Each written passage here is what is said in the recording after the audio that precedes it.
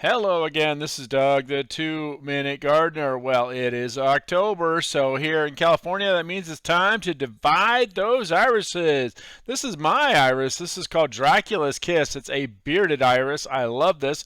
Every 3 to 5 years, I gotta dig it up and divide it because if you don't, the bloom production starts to drop off.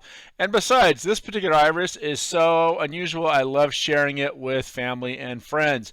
All right, my dog Ginger is giving me a hand. She's saying it's time to dig, and she loves to dig, so she's a good helper for this kind of stuff.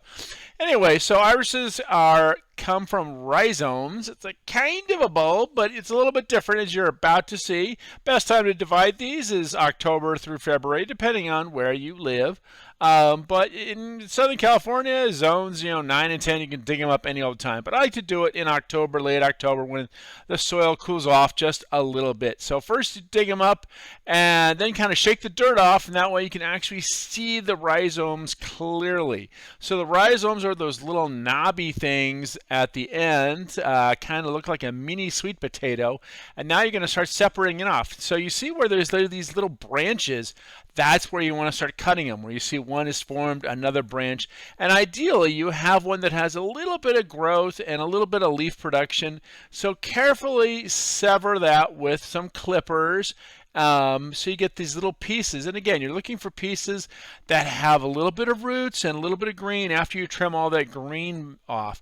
So this one I planted 5 years ago, and I dug it up and I divided it into 23 pieces.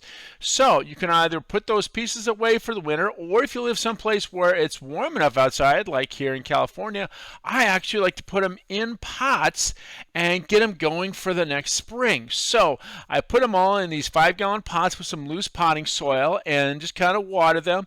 And within 3 months, I have new leaf growth. They're doing great. Now it's time to put them into the soil and throw some dirt on there and water them. And realistically, in that first year, you're not going to get much in the way of bloom production, but by year 2, they're going to be blooming their brains out. Well, that's all the time we have for today. It's time to take Ginger to the beach. Hey, if you enjoyed this video, make sure to hit that like button and subscribe to get more of my garden videos. Until next time, this is Doug, the 2-Minute Gardener, saying thanks for watching.